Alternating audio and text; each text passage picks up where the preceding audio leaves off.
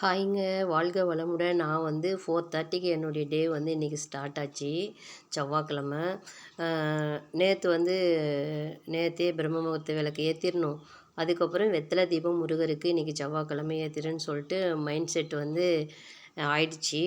அதுக்கப்புறம் நேற்றே வீடெல்லாம் சுத்தம் பண்ணிவிட்டு எல்லாமே ரெடி பண்ணிவிட்டு நைட்டு வந்து விளக்கெல்லாம் எல்லாம் கழுவி சுத்தம் பண்ணி வச்சுட்டு பிரம்ம முகூர்த்த விளக்கு போட்டாச்சு.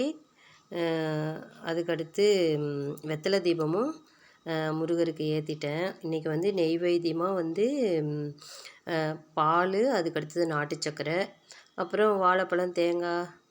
அந்த தேங்காயெலாம் நான் உடைக்கிறதே இல்லை. அதனால் இந்த வருஷம் ஆகாமல் தேங்காய் உடைக்கக்கூடாதுன்னு தேங்காய் உடைக்கிறதில்ல. அதுக்கப்புறம் வாழைப்பழம் தான் வச்சேன் இன்றைக்கி பூஜையில்.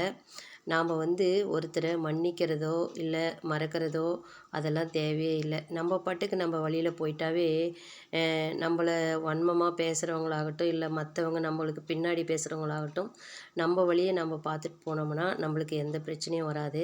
எங்கள் அப்பன் முருகர் இருக்கிற வரைக்கும் எனக்கு எந்த குறையும் இல்லை. எந்த குறையாக இருந்தாலும் எங்கள் அப்பன் முருகன் கிட்ட தான் நான் சொல்லுவேன்.